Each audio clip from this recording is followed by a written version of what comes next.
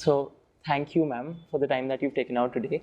हम यूजुअली जब प्रणव और मैं वर्कशॉप्स में जाते हैं, आर एंडेवर इज़ कि हम किसी तरीके से ऐसे एजुकेटर्स से मिल पाएँ जो इस यूनिक फेज़ में हो where they've been teaching for a while, but then they are fairly new to the system to be able to adapt to new things. Also, it's always interesting to talk to people who are young parents themselves, as in people who have children at home who are just approaching teenage and are also teaching students at school जो खुद भी teenage में हैं. Right, so thank you for doing this. You're Thank welcome. you. Lovely. तो ma'am एक जो sort of हमें question पूछना था, जो हमने वर्कशॉप्स में थोड़ा नोटिस किया था बच्चों में, वो ये था कि we saw that in different schools in at least Delhi, there was a little bit of conformity जो बच्चों को expect करी जाती थी उनसे. जैसे for instance, अगर बच्चे स्कूल में कुछ कर रहे हैं and they are trying to do it in a slightly different manner, तो मतलब obviously there is a little bit of discipline जो instill करते हैं schools, but also उनको break away करने का chance आपको क्या लगता है कैसा मिलता है? और हमने notice किया थोड़ा मतलब rationally मिल रहा है. You're telling out of your own experience maybe. Schools abhi jo hain, they follow a system. For them, like they say, tradition is a blessing, but I don't agree with that because we have to keep changing with the times, changing times. So उनको वो एक platform मिलना चाहिए जहाँ पे वो out of the box सोचें और उनको कुछ करने का, when they want to do something, when they try to do something, so that shouldn't be stopped there and then that okay we have a tradition to follow, we follow this. So वो थोड़ा सा I think that needs to change in some conventional schools where they follow that system जो पहले tradition follow होता आ रहा है. So I feel that कि वो अभी at present for students को उतना opportunity नहीं मिल पाती है, like you were saying. Right. वो ट्रेड ऑफ मतलब है इन द सेंस कि डिसिप्लिन के चक्कर में we are losing out on may be some of the creativity. Ma'am what is a better system you think? See, better system is where curriculum is important, that planning is important, instruction has to be given, but at the same time that freedom of expression where they want to do something differently, that freedom should also be given to the student. And for that, I think the school, the authorities have to be open-minded. They need to follow some innovative practices. They themselves have to first, train themselves before they give a platform to the children. Ma'am एक मैं आपको instance बताता हूँ of where I sort of feel that this may be it might be prevalent right now और not. Worse कि जब हम school में पढ़ रहे हैं एंड टीचर्स लेट्स से कुछ पढ़ा रही हैं, तो lot of students are in this game of trying to manage a certain impression. Right, I've been guilty of it myself, where if a certain teacher is teaching a concept और वो मुझसे पूछती हैं कि तुम्हें आता है, तो I can't remember doing anything but nodding. Right, तो आप एक सिस्टम में अगर मुझे एक इनोवेशन डालनी है तो how do I do it if the system is such where मैं थोड़ा डरा हुआ हूँ about offending the other person? See, I tell you, being a teacher also, I never go to the class with an attitude that what I'm going to teach today. I go with an attitude of what I'm going to learn today. So जब teacher का वो attitude होगा ना, it's okay if you don't know anything. Even as teachers also, there are certain things, when students sometimes they ask some questions, and if I am not aware of that particular thing, so I don't try to pretend that I know everything and I nod and I just speak anything about it.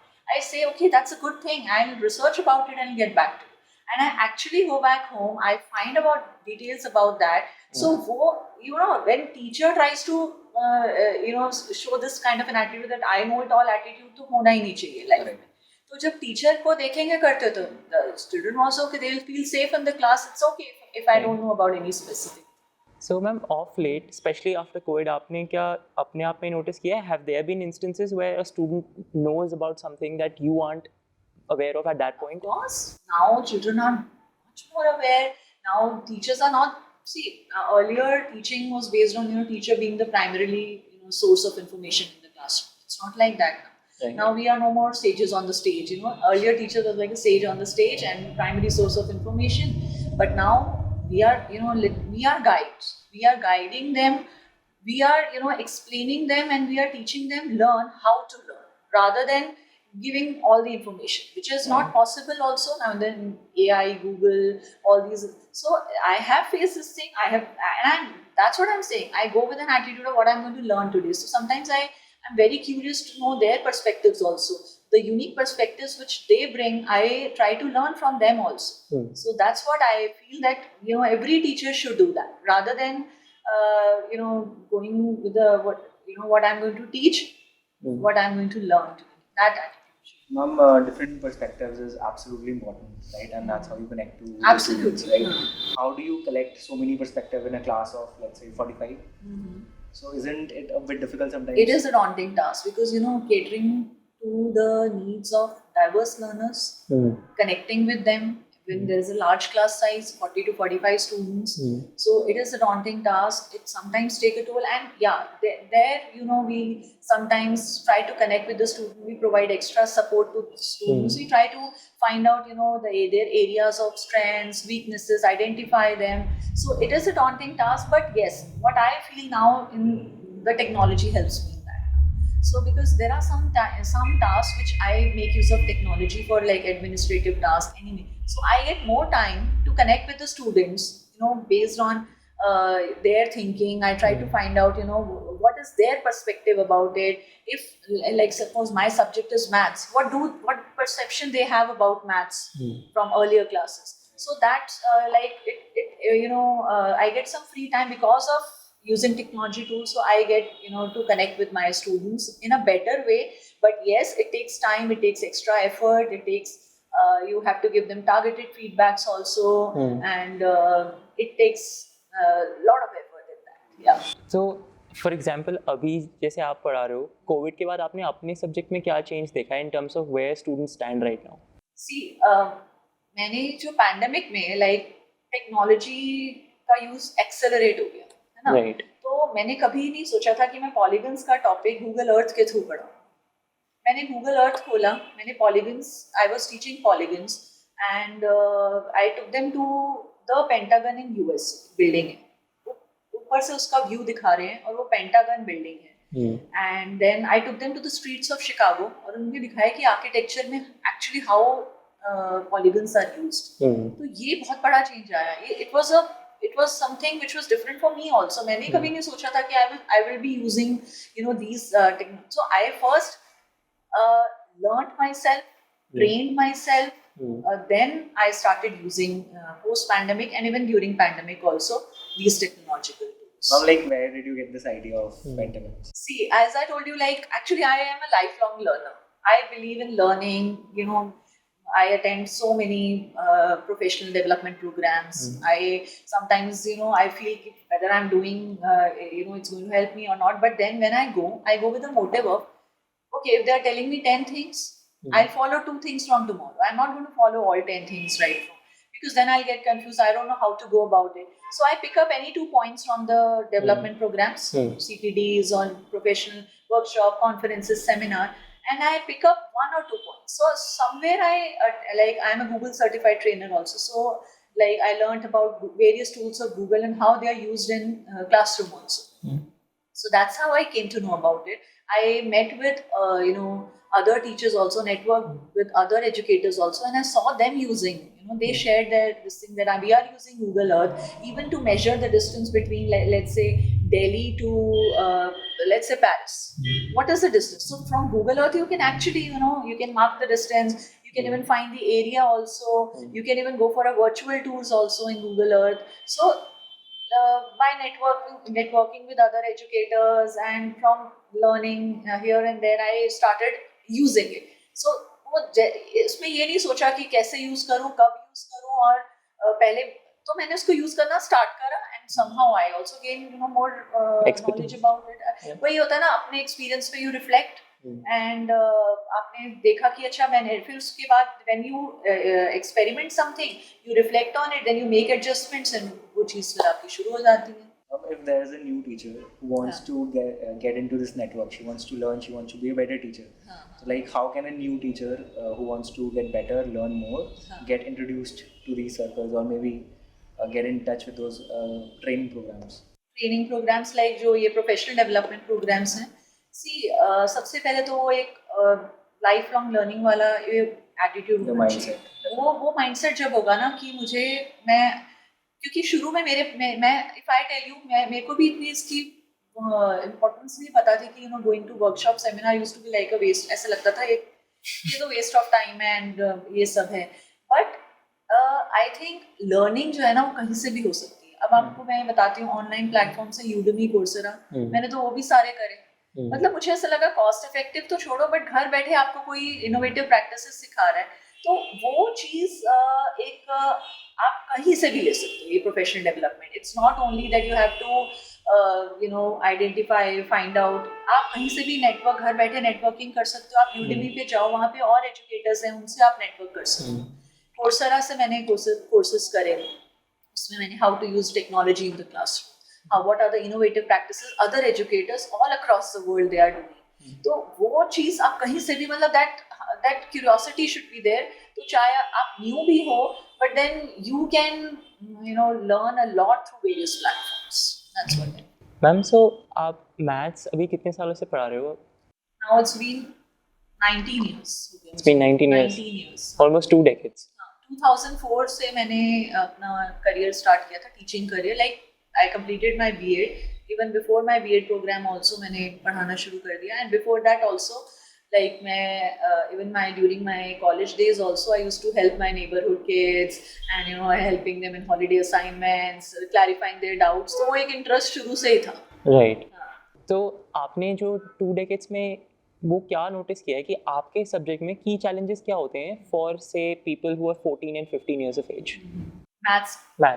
Maths का ना एक phobia है. Parental pressure बहुत ज्यादा है कि maths में तो मार्क्स आने ही चाहिए. मैं तुम और किसी सब्जेक्ट में लाओ ना लाओ, maths is something which is, तो वो जो that phobia which has been created by the parents, that I feel वो सोसाइटी में एक प्रेशर है कि मैथ्स, साइंस, मैथ्स में, so if you are not good in maths you are not worth it. अब कितने ऐसे बच्चे, उनकी लैंग्वेज कमांड इतनी अच्छी है, बट मैथ्स में, सो वो एक फोबिया, उसकी वजह से कहीं बच्चे, then some students I feel उनको ना लगता है कि what the practical relevance of maths.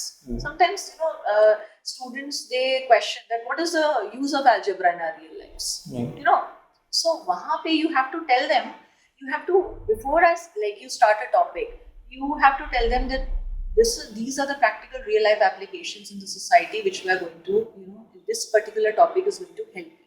तो वो मुझे लगता है मैथ्स में एक चैलेंज है कि sometimes they are not able to relate with it, sometimes that pressure from outside is there to perform well in maths, whether you are good or not, you have to get 90-95 तो लाने ही है, सिर्फ कम तो कुछ है ही नहीं.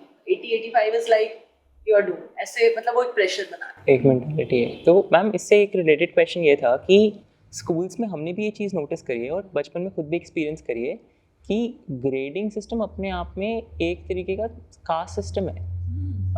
वो शुरू होता है PT 1 से and then slowly gets down to the mid term, and by the end of mid term we are clear कि राजा कौन है और गुलाम कौन है क्लास में. Exactly. तो ये एग्जैक्टली क्यों है हमारे सिस्टम में, क्यों है, क्या हमारी सोसाइटी को रिफ्लेक्ट करता है ये रोड मेमोराइजेशन पे चल रहा है. जितनी ज़्यादा इंफॉर्मेशन क्रैम कर ली तो वो A1 ग्रेड है जिसने, तो वो चीज़ आई थिंक वो आपको उस एंड से ढूंढना पड़ेगा कि हमारा करिकुलम क्यों ग्रेडिंग सिस्टम पे चल रहा है. Why there is this, where there always standardised test. कितना प्रेशर है कॉम्पिटिटिव एग्जाम्स का बच्चों पे, standardised test. you have to gain the edge over your peers by performing well in the exams. तो वो चीज़ जो पीछे से आ रही है ना, वहाँ पे it has to start at the ground level. हम लोग बात कर रहे हैं बट समवेयर इस चीज़ को समझना चाहिए दैट रिजिडिटी वो नहीं होनी चाहिए कि हमें हमारा करिकुलम जो है इस तरह से है. We have to get align ourselves with the changing needs of the jobs of the society. वो अलाइन जब हो जाएगा ना, वो एक रेडी टू चेंज और अपडेट होना चाहिए. ऐसा नहीं कि जो चल रहा है वो चलता आ रहा है. अब कीप अपडेटिंग. आप मोबाइल भी तो अपडेट करते हो ना, हर थोड़े टाइम में अपडेशन होता है, एप्स की अपडेशन होती है, तो हर चीज अपडेट मांग रही है. तो करिकुलम को अपडेट कर ही नहीं रहे, वो ग्रेड्स एंड ऑल पे ही चल रहा है अभी भी. इसमें मैम दो चीज़ें that I like to know is first कि तो कब यू थिंक शुड, किस टाइम पीरियड में अपग्रेड होना चाहिए, in what you feel is इतने 5 may be 5 years is the justified time, right? Updation तो वही मैं कह रही हूँ, देखो align, when I am saying it has to be aligned with the changing needs. अब AI आ रहा है, कितनी फास्ट ग्रोथ है. जिन्होंने एआई को बनाया है, जिन्होंने सिलिकॉन वैली में एआई को बैठ के बनाया है, वो भी समझ नहीं पा रहे कि वो क्या रहा है. दे आर ऑल्सो प्लानिंग कि क्या हम इसे कुछ टाइम के लिए स्टॉप कर दें. तो अपडेशन तो ऐसी चीज है, आई वोंट से कि इसको इतने ईयर्स भी करना चाहिए. You have to be aware, you should know what's happening around. और उसके साथ साथ आप, मैं ये नहीं कहती कि इट शुड बी डन इतनी, I am not asking about you know that कोई स्टेबिलिटी ना हो. There has to be a stability, but depending on the, जिस तरह से टाइम फास्ट चेंज हो रहा है, कैसे कैसे प्रोसेसिंग हो रही है, तो उसके हिसाब से एजुकेशन में रिफॉर्म्स क्यों नहीं आते हैं. बहुत स्लो आते हैं, देन उसको एक्सेप्ट करने में टाइम लगता है, and by the time we accept and we start doing it, तो कुछ और चीज आ जाती है. तो वो साथ साथ अलाइनमेंट कैच 22 चले जा रहा है. एग्जैक्टली. तो मैम अगर जो ये रिपोर्ट कार्ड है, दे आर क्लियरली टेलिंग कि कौन rote memorisation as you said is better, right? Exactly. तो इसको हम कैसे और इंक्लूसिव बना सकते हैं? सी इसमें या तो आप करिकुलम में ऐसा चेंज लाओ जिसमें प्रोजेक्ट बेस्ड लर्निंग हो, कोलैबोरेशन हो, 21st सेंचुरी स्किल की कॉम्पिटेंसेस पे वर्क किया जाए, फ्लेक्सिबल असेसमेंट्स हो ना. स्टैंडर्डाइज क्यों, व्हाई स्टैंडर्डाइज हो? There has to be flexible assessments. आप डिफरेंट वेज में ओपन बुक टेस्ट लो. आप ऐसा टेस्ट लो कि आप बच्चे को आप you can use Google and then आप ऐसा प्रोजेक्ट बना के दिखाओ. You can use AI and create a project. सो उस टाइप के टेस्ट होने चाहिए. तो असेसमेंट्स जो हमारे हैं वहाँ पे चेंज आना चाहिए. देन ये सब जब यहाँ पे जब चेंज आएगा, I think definitely this thing will change. आपको लगता है कि अगर मैं सारे बच्चों को लैपटॉप दे दूं और कहूँ ये प्राइमरी सोर्स ऑफ डिस्पेंसेशन है from this point on, we'll watch videos instead of books and will perhaps be using Google और एआई एज यू सजेस्टेड, ये इतना रेडिकल जाना चाहिए या नहीं जाना चाहिए? आपको क्या लगता है? ट्रांजिशन होना चाहिए धीरे धीरे. आई वुड से कि एकदम से बुक्स हटाना might not be a solution to it, but blended approach कर लो. Why not a blended approach to start with? You know, use of technology, use of laptops, AIs, along with the books also, and of course teacher ka guidance and support. Go with a blended approach. I think it will be best of both worlds. Right. Because ma'am मेरे को तो लगता है कि अगर suppose teacher पढ़ा रहा है एंड बच्चों के पास AI है ऑन हैंड, तो बच्चे कैसे फोकस करेंगे क्लास में, क्या करेंगे? देखो, AI is, that's what, like AI is going to get bigger and bigger. वो जाने वाला नहीं है. We can't evade it at all. हम पहले इग्नोरेंस में नहीं रह सकते कि ये AI आएगा, ये स्टूडेंट्स की लाइफ को भी अफेक्ट करेगा, पूरे एजुकेशन सिस्टम को अफेक्ट करेगा.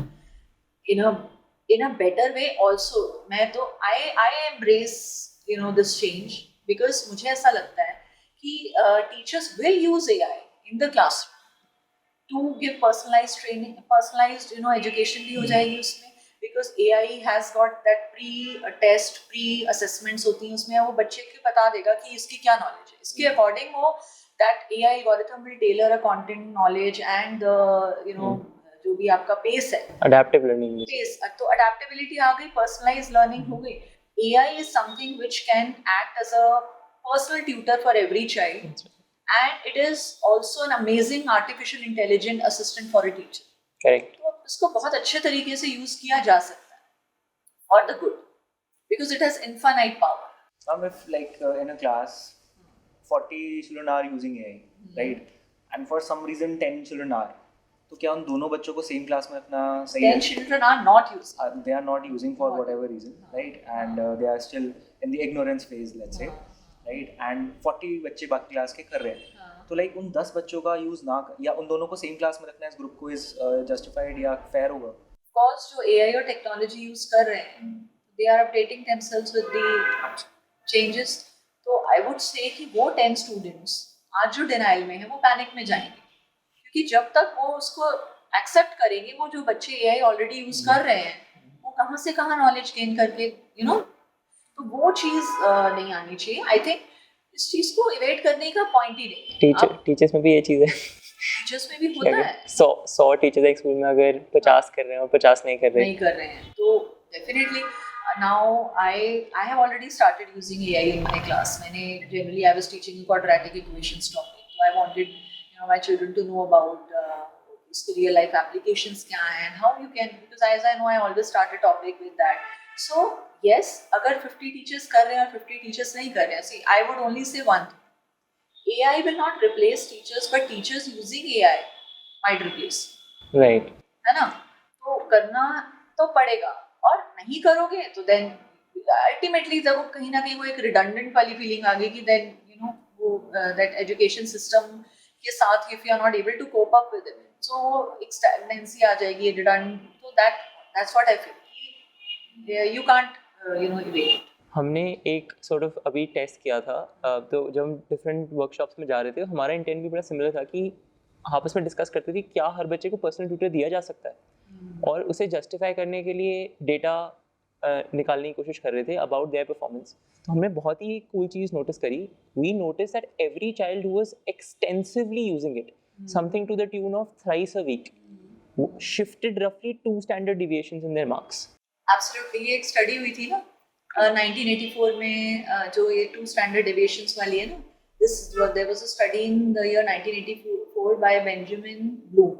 Right. He was an educationist and he gave a research paper also on it, and the study showed that a child who has been given one-on-one tutoring with mastery learning techniques has performed 2 standard deviations better than a student who has been trained in a traditional classroom of 40-45 students.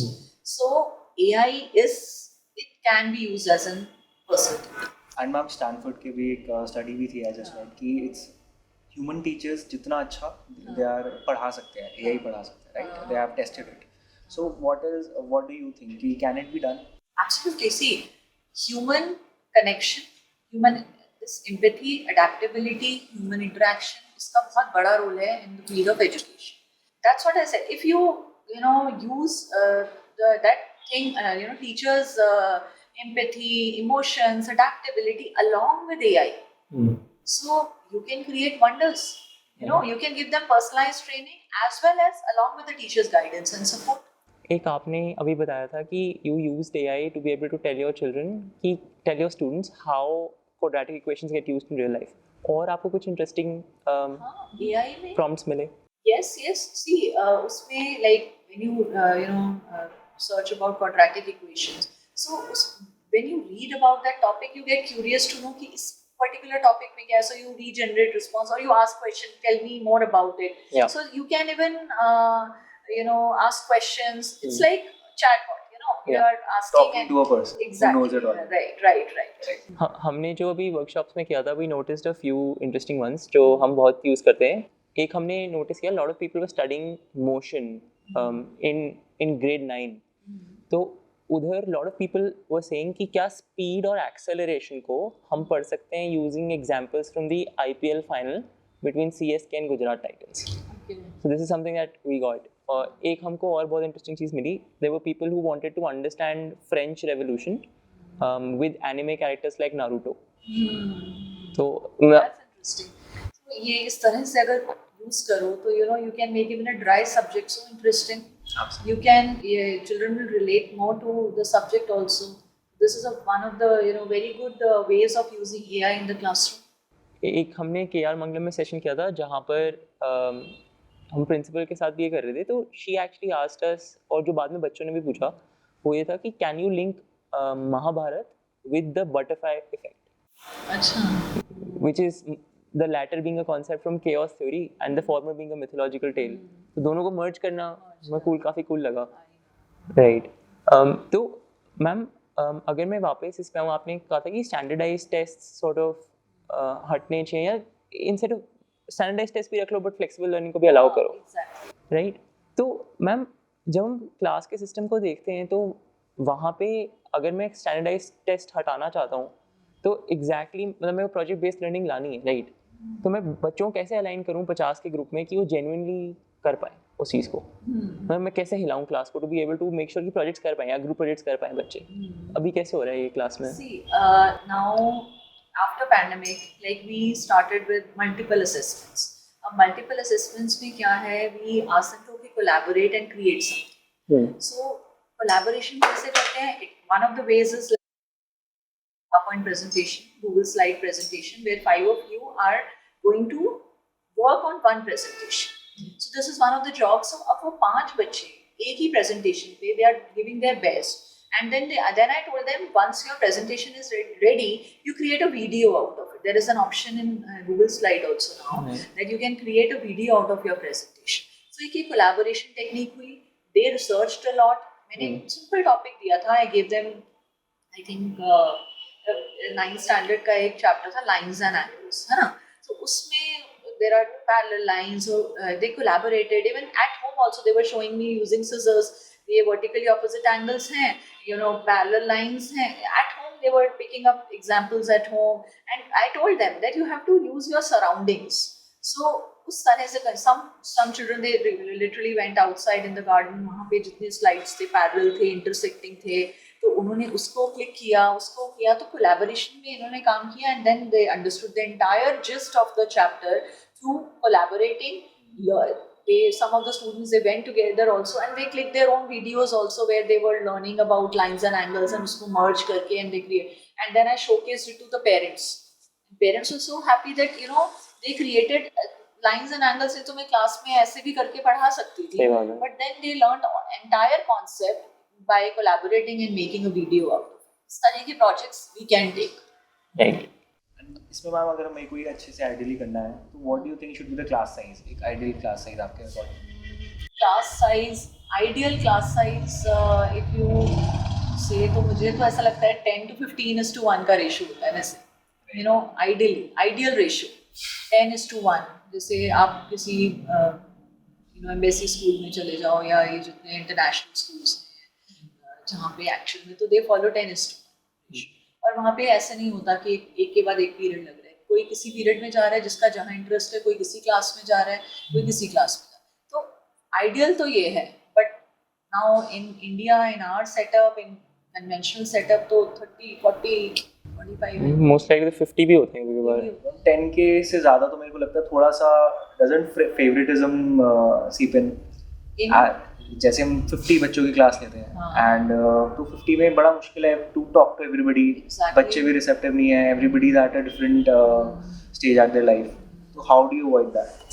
वही है ना, it's very difficult to cater to the needs of all the students. Inclusive practice, there are some special needs child also. There are some gifted students also who need special attention also, so it is actually a very daunting task, but then I'd like, we provide extra support material to challenging students. Then we gifted student, we sometimes take their classes also based on logical thinking, puzzles, analytical reasoning. उस तरह से उनकी हम classes लेते हैं. But still I think वो उतना justice नहीं हो पाता because of the large classes. That is one issue which is there. एक आप इंक्लूसिविटी कह रहे थे तो मेरे दिमाग में आ रहा था एक क्वेश्चन कि मैम इंडिया में ये क्या प्रॉब्लम है यहाँ पे कि इंडिया में why is there such a frantic focus on English.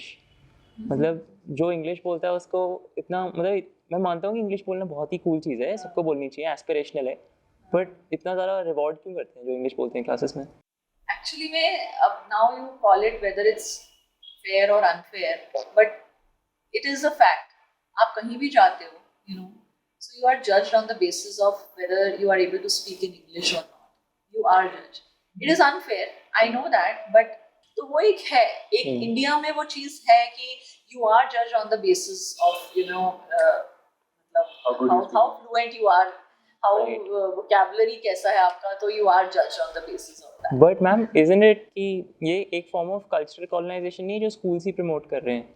See, अब तो NEP आ रहा है, उसमें multilingualism पे इतना वो दिया गया है. If you read about NEP, National Education Policy का 2020 का, उसमें they say कि प्राइमरी ईयर्स में you should give an option कि उन्हीं की रीजनल लैंग्वेज में आप उनको पढ़ाओ. ऑप्शन देना चाहिए. जिस भी रीजन से वो बिलोंग करते हैं उनकी, तो वो चेंजेस ऑन पेपर तो आ रहे हैं, बाकी अब स्कूल्स कितना फॉलो करते हैं और होना चाहिए, बट हो रहा है कि नहीं हो रहा है. बिकॉज NEP में तो ये multilingualism is accepted. They don't say कि only English is the only language. उसमें तो है कि आप रीजनल लैंग्वेजेस में भी पढ़ाओ बच्चे. राइट. तो एक इसमें मुझे वो था कि मतलब एक ये भी फैक्ट है कि मैंने एक चीज़ नोटिस करी है कि जब मैं बचपन में पढ़ रहा था तो because of the excessive focus on English मुझे for a good part of time ये लगता था कि जो हिंदी बोलते हैं वो बेवकूफ़ हैं. Only to realise it afterwards कि नहीं यार, उनमें भी शायद से, क्योंकि मैं नोटिस कर रहा था कि कई मेरे ऐसे दोस्त थे जो हिंदी बोलते थे but then they went to IIT.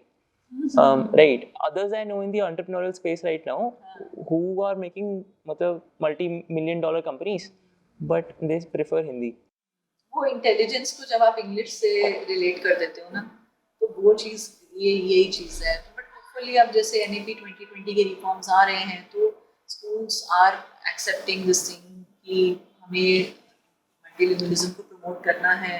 एक भारत एक भारत श्रेष्ठ भारत, तो उस पे भी वर्क कर रहे हैं. समहाउ वो चीज़ धीरे धीरे आ रही है. But yes, it is true, as of now English पे जोर है इस कंट्री में.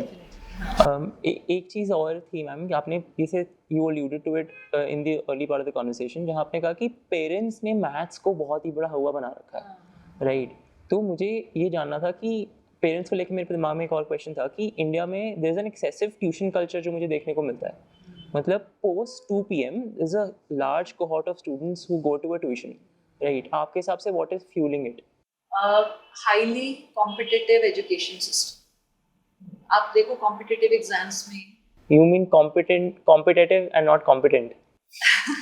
एक्चुअली तो ये जो एक highly competitive education system plus societal pressure, you know they have that fear of missing out. अगर मैं ट्यूशन नहीं जा रहा तो मैं कुछ गलत, क्योंकि मेरे सारे फ्रेंड्स जा रहे हैं.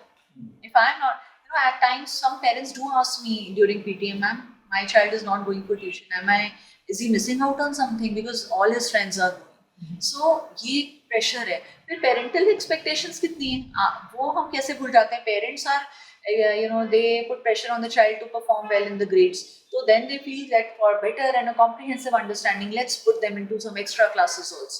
और एक और रीज़न है which I will not say कि इसमें थोड़ा सा स्कूल पे भी मैं बोलूँगी कि sometimes parents perceive that कि स्कूल का education system is inadequate और large class size is one of the reasons for tuitions. क्योंकि when there is a classroom size of 40-45 students, तो आप पर्सनलाइज अटेंशन कैसे दे सकते हो इंडिविजुअल. नाउ आई अगर इसका मैं सोल्यूशन बोलूँ तो मैं ये बोल सकती हूँ कि अब AI की हेल्प से ही किया जा सकता है in a classroom, but still within a huge classroom size it is not possible to give. So tuition culture in India is deeply ingrained in our system. It is something like after school, after regular schooling, they go for tuition. So ये एक pressure society से भी है, parents से भी है, competitive exams का भी है. तो बहुत यूजफुल लगता है. मतलब tuitions you think are solving the problem? I won't say. मुझे तो ऐसा लगता है कि ट्यूशन में जाके भी तो वही रोट लर्निंग ही तो हो रही है. Over emphasis on rote learning it's happening there. Secondly tuition का जो मुझे सबसे बड़ा negative burnout, you know, after school the students need to relax, they go for some co-curricular activity. So because of that increased stress, burnout is there because there is lack of focus on co-curricular activities. So मुझे तो इसका कोई बहुत अच्छा impact नहीं नजर आता, to be very frank. Most of the parents, they are fed up and they actually tell us कि बच्चे आते ही घर 8 बजे हैं. Exactly. Right. तो हम कैसे कुछ और के लिए कैसे टाइम निकालें? Absolutely. तभी तो burnout हो रहा है. तभी तो कोई see lack of you know focus on curricular activity causing physical health as well as mental health problems also. Anxiety, depression कितना common हो गया students को. So because of that only, because there is after school there is that pressure of going from one class to another and this and that. मेरे को कई बार ये भी लगता है मैम कि ऐसा तो नहीं कि schools have slight, मतलब ऐसा तो नहीं हुआ कि when schools first started out they were like Doordarshan, so they didn't have any competition from private channels. So they had a lot, their business model was well worked out. उसके बाद क्या हुआ कि शायद से number of schools started increasing in the 90s.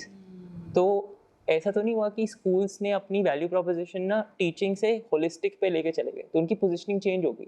अब holistic को deliver करने के लिए syllabus sacrifice होता है, which means कि आप अपने टीचरों को कह रहे हो कि यार इसको पेरेंट्स डे की प्रैक्टिस भी करवा के देनी है आपने बिकॉज हम उसके पैसे ले रहे हैं, मतलब उसके नाम पे स्कूल को हम वो कर रहे हैं एडवर्टाइज. तो उस वजह से लेकिन ये हुआ है कि हायर एजुकेशन तो नंबर ऑफ इंस्टीट्यूशन जो 12वीं के बाद अवेलेबल है कंट्री में वो स्टैटिक रहे हैं कुछ हद तक, और पॉपुलेशन 1.5 करोड़ ऐड करते हैं हम लोग हर साल. तो आई थिंक एक सिस्टम क्रिएट हो गया है जहाँ पे एक पैरेलल इकोनॉमी शुरू हो गई है एजुकेशन में, which is as costly as what the schools take. इसके बारे में आपको क्या लगता है रफली?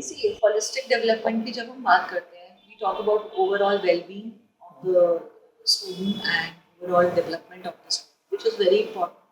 तो पेरेंट्स डे और ये जो जितने भी एक्टिविटीज होते हैं, they are important because as growing they get exposure of the stage also, they get to know about different things also. But उसको उसके साथ साथ that's what I said, उसके साथ में आप ऐसी कुछ assessments लाओ rather than वहाँ पे बच्चा प्रेशराइज का फील करता है, जब प्रेशर पढ़ाई से भी आता है, यहाँ से भी आया, परफॉर्मेंस का भी प्रेशर है, को करिकुलर एक्टिविटीज में भी you have to perform well, you have to perform well. So holistic development तब होगी जब उसको एक थोड़ा सा फ्रीडम दिया जाएगा अपने हिसाब से कुछ डिफरेंट करने का. So that's what I feel कि यहाँ पे थोड़ा सा एक पेरेंट्स का और टीचर्स का और स्कूल का प्रेशर थोड़ा सा स्टूडेंट्स पे कम होना चाहिए. Right. Now, how do you think कि AI is going to transform it, or has it already started transforming it? AI has a lot of power. See, first stage थी AI की जब it is like curation. जो आप YouTube में देखते हो, you are shown the content based on your past research, है ना. अब जो second stage आई है, which is now growing so fast, is generation, creation. इसमें like you command, like आपका platforms like Darwiz, you command, you prompt, and it creates. और जो create करता है वो ऐसा लगता है कुछ magically आ गया. What was in my mind is right now, it's right in front of me within a second.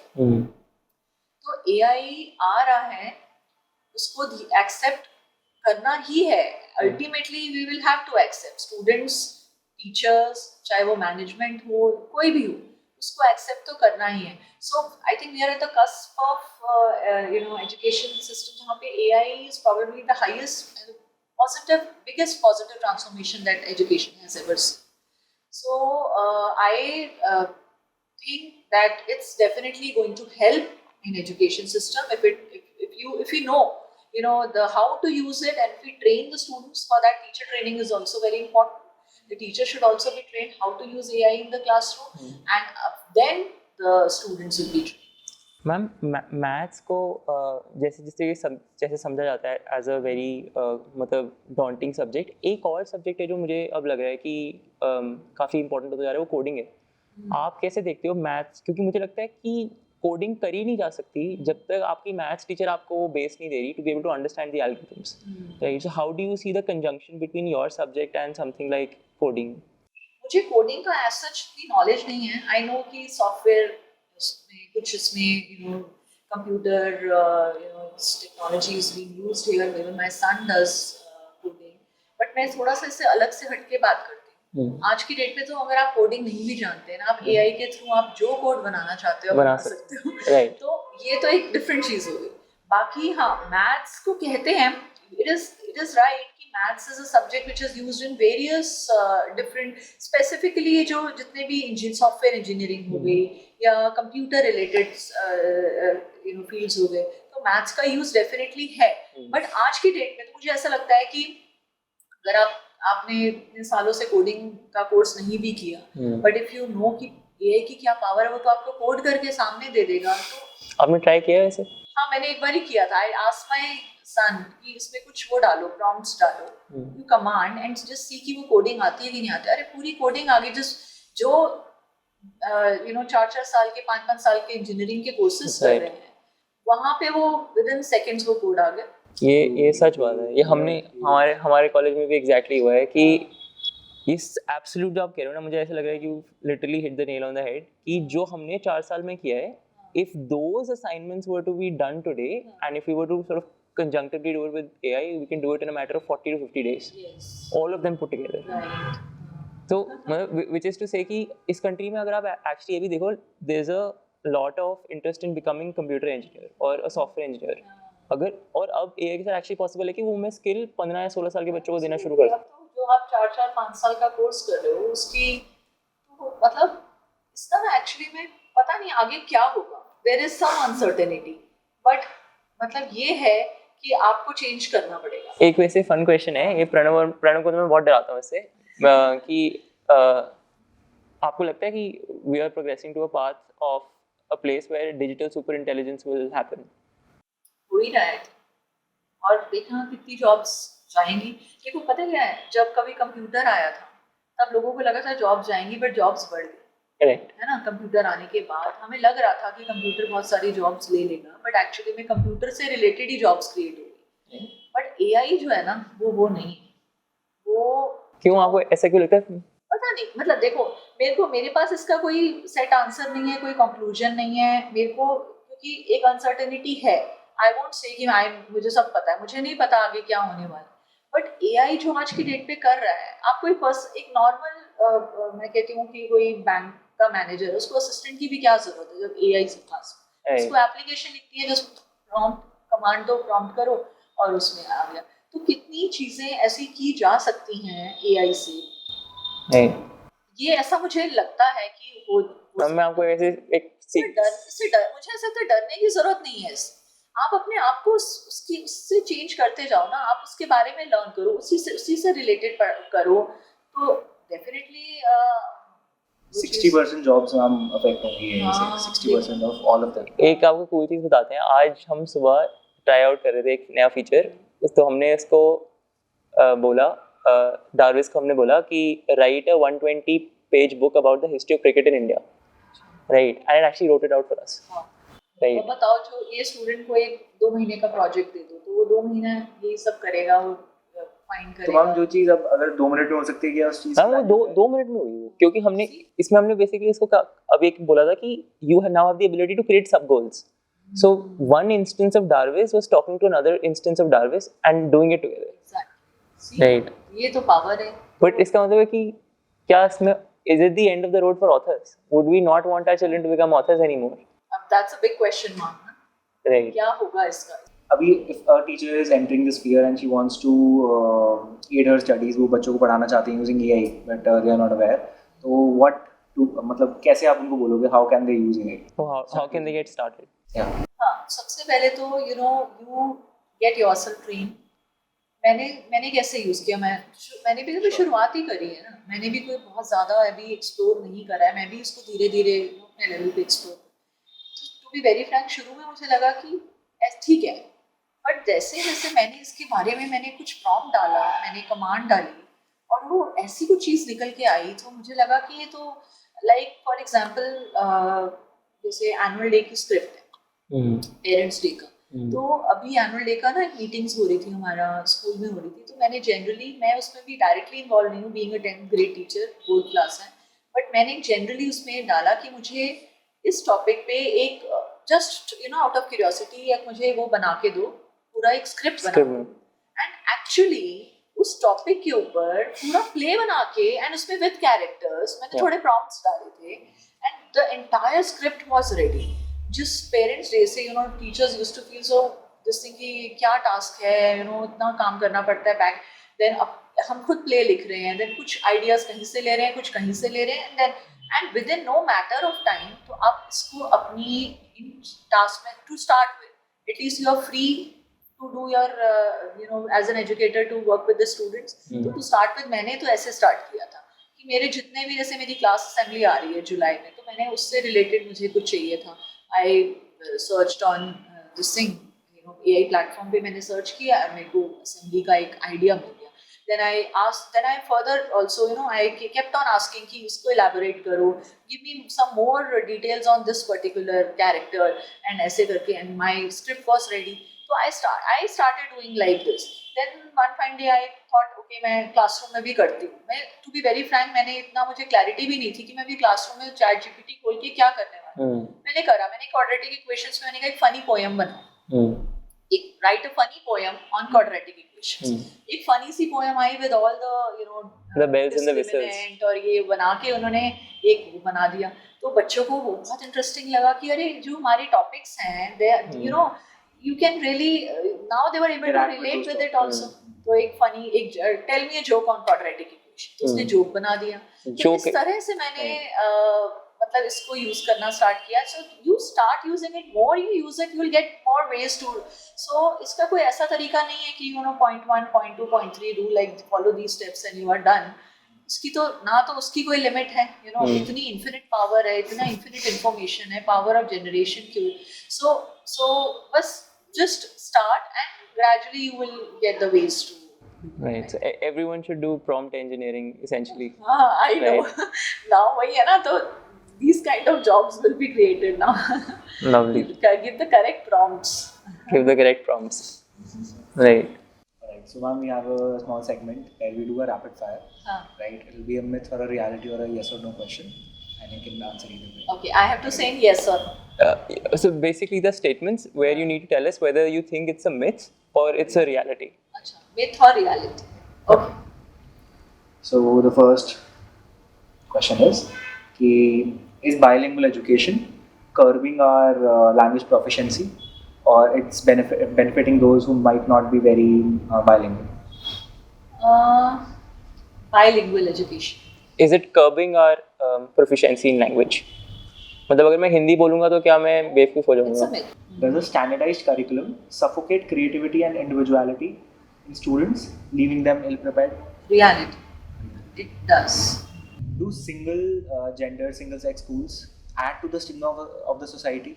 Reality. It should be co-education. Have we really started addressing sex education in schools? Myth. We have not. Actually, we should do it. That's what I said now. That जैसे financial management, sex education नहीं, इतना start नहीं हुआ है. We have one seminar in once in a blue moon, तो वो तो नहीं होती ना. Sex education is something which we have to deal with. We have to teach them on a regular basis. They get information from here and there. That वो चीज़ I think we are not. And are we ready to address this in schools? Teachers are not trained for that. First, teachers have to be trained how to deal with such an sensitive topic. So what is important first is teacher training. After that, they will be able to guide the students. what आप ये कह रहे हो, adulthood is not a precursor to knowing sex education? Yeah, you can say that. क्योंकि background में see how do they gain knowledge from here and there. कहीं से भी उठा ली, that so internet से ले लिया या friends से ले लिया. So that knowledge what they are having, if they get from the right source, they get it from an adult who's you can say that they वो trust कर सकते हैं, तो फिर उससे better I think. हाँ, मैं एक्चुअली टीचर्स की बात कर रहा था कि आपने कहा ना जब कि टीचर्स को ट्रेन करना पड़ेगा, तो मुझे था कि aren't they adults to know what sex education already is? But how to train? How to sort of convey it? How to train the students, for that also we should be trained. Right. ये ठीक है, पता होता है, but ये इतना sensitive topic है, बच्चों को कैसे समझाना है, कैसे बताना है, what examples have to be given and उनकी रियल लाइफ से कैसे कनेक्ट करना है, तो वो आई थिंक वो टीचर ट्रेनिंग होगी. सेक्स एजुकेशन के बारे में तो फिर देन आगे भी वो चीज़ जाएगी. वो एक जो हमारे माइंड में एक फियर है कि हम बोलेंगे कैसे बताएंगे, एक स्टिग्मा है, वो हटेगा, वहाँ माइंड ओपन होगा, तो definitely it will come for.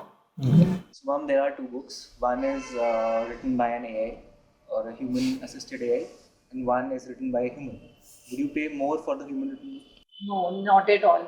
Brain की क्या इंडिविजुअल इंफॉर्मेशन के बेसिस पे मैं उसको क्यों ज़्यादा पे करूँगी? मैं एआई वाले को ज़्यादा पे करूँगी. डेफिनेटली मैं तो नहीं. एआई वाले को ज़्यादा पे करोगे? हाँ, उसके पास जो इंफॉर्मेशन है, उसके पास जो सिंथेसाइज्ड और कलेक्टिव इंफॉर्मेशन है, वो एक पर्सन के पास हो ही नहीं सकता. तो आप कह रहे हो क्या? You have already started trusting AI more than anything. एक फनी क्वेश्चन है वैसे. कल अगर एआई आपको बोले कि राइट्स होने चाहिए एआई के, तो आपको क्या लगता है होने चाहिए एआई के राइट्स? अब देखो, जो चीज़ जितनी बड़ी हो जाती है फिर उनकी डिमांड्स और देन सब चीज़ें होती हैं डेफिनेटली, बट आई फील होंगे तो then we will see. That's what I said ना, अभी तो अनसर्टेनिटी है. There is something which don't know what's going to happen in future. That's pretty much it जो हमें पूछना था. Again, thank you for your time. Thank you so much for taking out the time, ma'am, and Always welcome. thank you so much. Thank you.